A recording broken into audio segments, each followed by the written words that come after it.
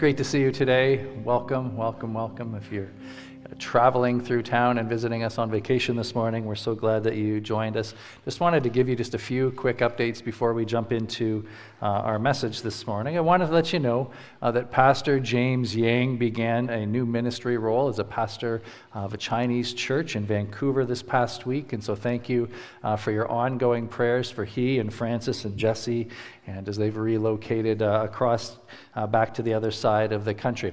I also wanted to say an enormous thank you as well today to all of you who helped participate either in our Sunday services last Sunday morning, where Pastor Joe led and also spoke, and then also Sunday night as we honored his retirement. It was a lot of people looking after a lot of details, whether it was bringing food, in particular to the organizing committee who did so much work, and to others of you who brought stuff. Thank you so much for just blessing them on their final Sunday and giving them kind of a special send-off. We greatly appreciate it, and I know they felt appreciated and loved by you as well, so thank you for that.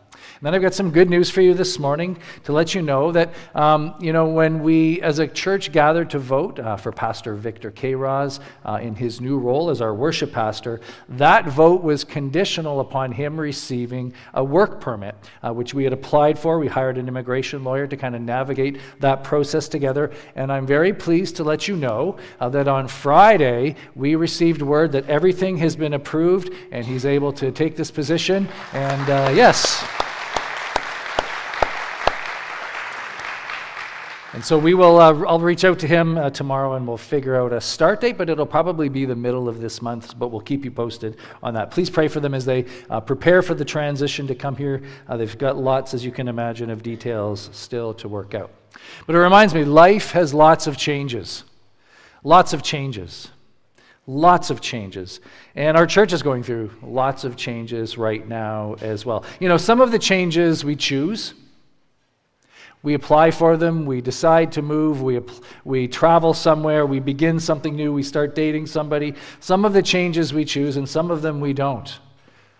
They come our way. Some changes are minor, some are medium in size, some are major changes. Some come slowly. We just kind of wake up one day and we realize, wow, have things ever changed in my life? Other changes come hard and fast. You get a text message or a phone call or a doctor's report, and suddenly your life and your circumstances change. And any time of change means that we find, as Pastor Jeff Mannion says, we find ourselves in an in-between time. We aren't where we were. We're not where we want to be. We're in this new kind of in-between place. Maybe we've chosen it. Maybe we haven't. Maybe we want it. Maybe we don't want it.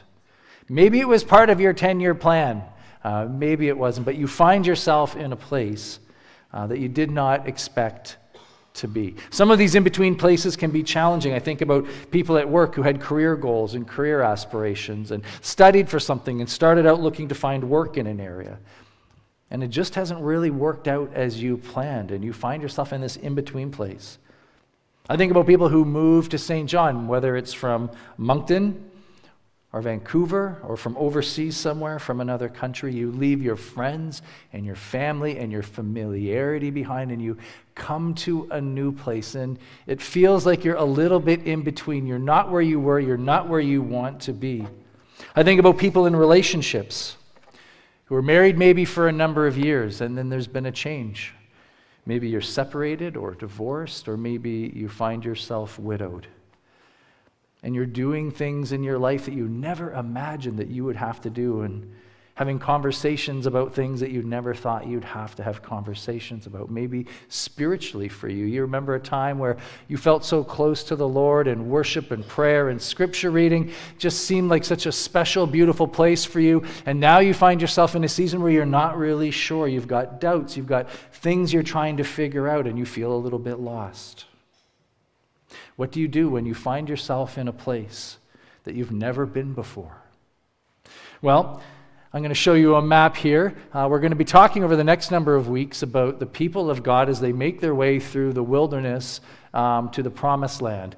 You'll notice on the map here, you'll see Goshen here on the left, or Egypt. Notice the color of it. It's nice and green. It's lush there. Things grow there. And the people of God are going to travel to the promised land, to the land of Canaan. You can see it here on your right. Also, lush, green.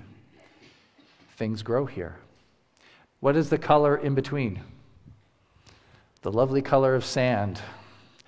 It is the place of wilderness. It's the place of the desert. It's the place where the people of God find themselves for a number of years, trying to find their way. It's the land of in-between.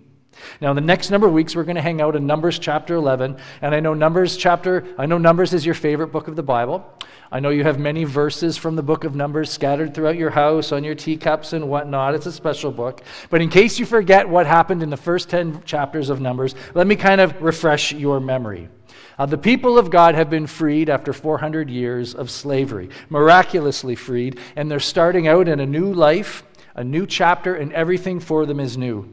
And as they enter this new chapter, God tells Moses to organize the people, organize their community around the tabernacle, or the portable sanctuary that they take with them as they go about. And the tabernacle is the place where heaven meets earth. Yes, heaven meets the wilderness.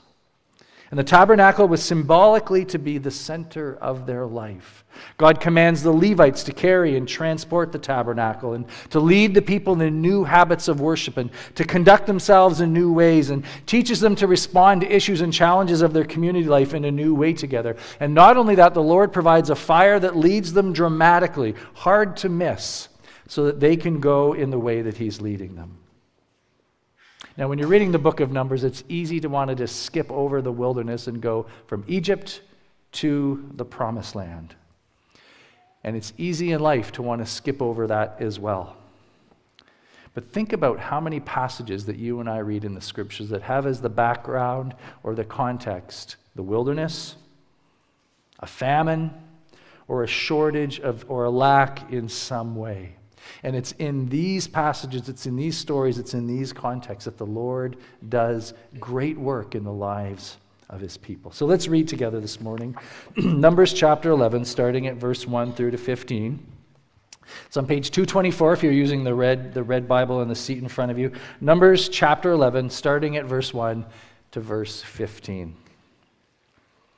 Now, the people complained about their hardships in the hearing of the Lord. And when He heard them, His anger was aroused. Then fire from the Lord burned among them and consumed some of the outskirts of the camp.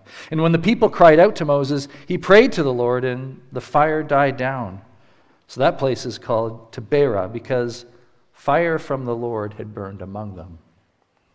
The rabble, we'll talk about them in a few weeks, with them began to crave other food. And again the Israelites started wailing and said, "If only we had meat to eat. We remember the fish we ate in Egypt at no cost. Also the cucumbers, the melons, the leeks, the onions, the garlic. But now we've lost our appetite. We never see anything but this manna." The manna was like coriander seed, and it looked like resin, and the people went around and gathered it and ground it in a hand mill or crushed it in a mortar, and they cooked it in a pot or made it into cakes. It tasted like something made of olive oil. I didn't hear anybody say, When the dew settled on the camp at night, the manna also came down. Moses heard the people of every family wailing, each at the entrance to his tent. The Lord became exceedingly angry, and Moses was troubled.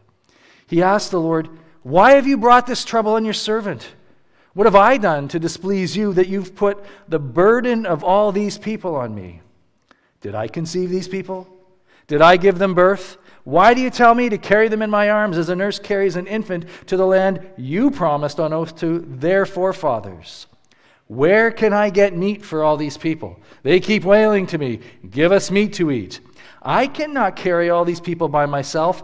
The burden is too heavy for me. If this is how you're going to treat me, put me to death right now. If I have found favor in your eyes, and do not let me face my own ruin." Happy Sunday. A word of encouragement from the word of the Lord. The tabernacle is the center of their life. God is coming down and meeting his people. The priests are leading them in new ways of worship. The Lord has provided a fire to lead them, but their hearts are not fully changed. Notice the complaints. The people complained. In Egypt, we had meat, we had fish, we had garnish, we had vegetables, and it was free. I mean, we had to make bricks without straw, but it was free. And here in the wilderness, all we have is manna. And manna literally in Hebrew means, what's this? What is this? It's that great looking. What's this? If your kids say that to you when you provide supper for them, you take it away and let them go hungry. Think flaky, seedy oatmeal you grind up, pound, boil, and make into cakes. But the spirit in their heart was, I want to go back. I want to go back. Have you ever felt that way? And you find yourself in a new place? I just want to go back. It wasn't even just the people who complained. Moses was complaining too. He accused the Lord of the people doing evil to him. The assignment of leading these ungrateful people felt unfair. He describes them as a burden. He's a parent to the children that he never asked for. And then Moses says to God, kill me. That's what I want. Just put me out of my misery. And the text even says that the Lord was angry. This project of transformation is not going very well. But as you find yourself in a season of being in between in your life, not where you were and not where you want to be, this passage cautions us to be careful about what takes root in our heart. Did you ever notice that complaining takes no work? No one has ever had to go on YouTube and look for a TED Talk on how to complain. Right? No one's ever gone to get a book, Complaining for Dummies 101. 10 tips to help you to complain better. It tends to come pretty naturally. I mean, think about the weather this week. How many of us were complaining in February about how bloody cold it was? And then yesterday and Friday, how bloody hot it was, right? It comes pretty easily. Now look, frustration and complaint are legitimate expressions to the Lord. He invites us to share with him the things that burden us, that are breaking our heart, that feel too heavy. The warning here is that what starts as our first response can become a habit, and that can also lead to be having a new attitude. That we're just sick of everything all the time. I'm sick of being stuck. I'm tired of being sad or being unwell or alone. Trying to figure out which bills to pay and which ones not to pay, and dealing with aging family member or passing out resumes and going for interviews and still not finding work. Pay attention to what happens in our heart in these times of difficulty. There's a saying that says time heals all wounds, and that's not true. Time does not necessarily heal all wounds. Time is an essential ingredient in healing. Time plus doing healing habits will lead to the healing of most wounds.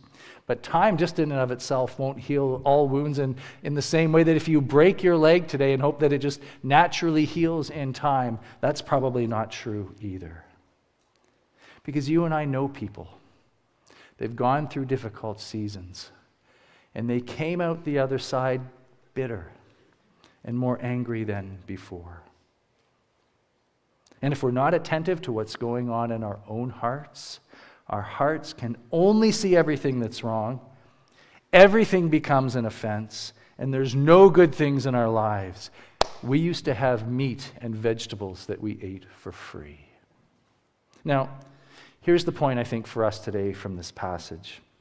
We may not have chosen to find ourselves in the wilderness or in a place that we've never been before, but we do get to choose the kind of person that we become while we're in the wilderness, while we're in this season.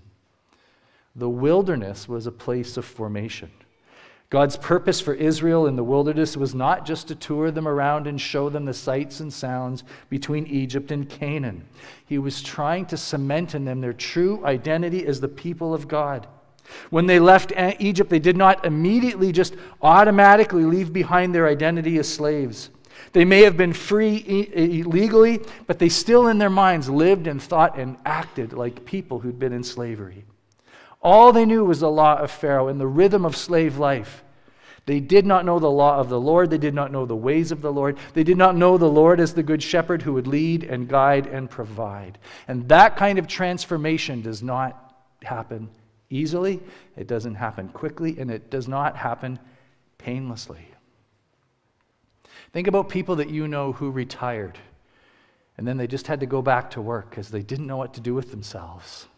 Legally, they were retired. They did not have to go to work anymore, but they woke up in the morning as somebody who works, and in their brain had not yet been transformed into a retired person. You know, those annoying people who don't know it's the long weekend because every day is the long weekend to them, right? Transformation takes time. Israel was an unruly mob of ex-slaves, and God wanted to turn them into his people who would live as a blessing to the world to carry out his mission. And God was going to use the wilderness as the place to transform them into his people. David Brooks, a writer for The Atlantic, and was speaking at the Aspen Ideas Festival this week, and he told this story. He said, if you ask anybody, what's the activity that you had that made you who you are, no one says, you know, I had this great vacation in Hawaii. No one says that. They say, I had a period of struggle, and that period of struggle made me who I am. What if the wilderness you find yourself in is the place where God wants to meet you, to transform us more and more into his people? What if God can use that time to form us and do interior work in our hearts and our sense of identity? And if we want that experience of transformation, we have to be intentional with the choices that we make. We do not immediately become the kind of people who are formed into the image of God. We need to pay attention to the things that happen in our hearts in these difficult times. So where does your heart go first? When difficulties happen, what's the choice that you make first? For some of us, we shut down, we pull back, we close ourselves off. Isolation is a choice. Anybody for anger? Anger is a choice. It may be our default behavior, but it's still a choice that we make. Envy is a choice. Envy is the voice that says, why them and not me? It's a choice. And maybe we learned these habits growing up or coping as a coping strategy in our 20s, but regardless, they're a choice. Todd Bolsinger, who writes about navigating change, says this: in a moment of crisis, you will not rise to the occasion. Think about that. You will not rise to the occasion. You will default to your habits. You'll default to the thing that's kind of the normal response in your life. In the wilderness, the people of God are going to learn new ways to respond to the challenges that we face. And that is our job too as disciples of Jesus. Joy is a choice. Patience is a choice.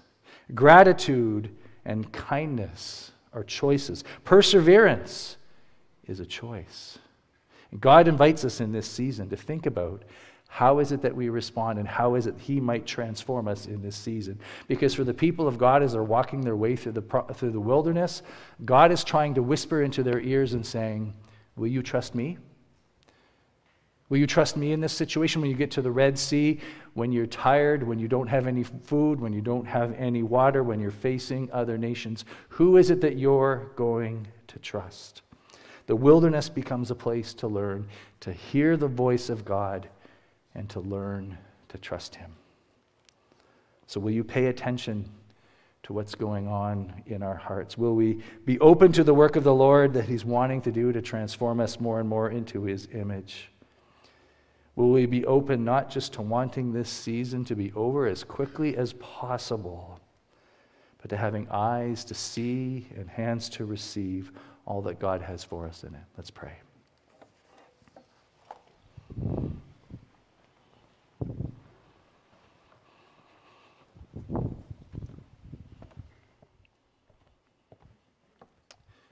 Lord, you see us today. You know the things that are going on in our lives and our circumstances, the burdens, the challenges, the obstacles, the setbacks, the frustrations. Lord, you see them all.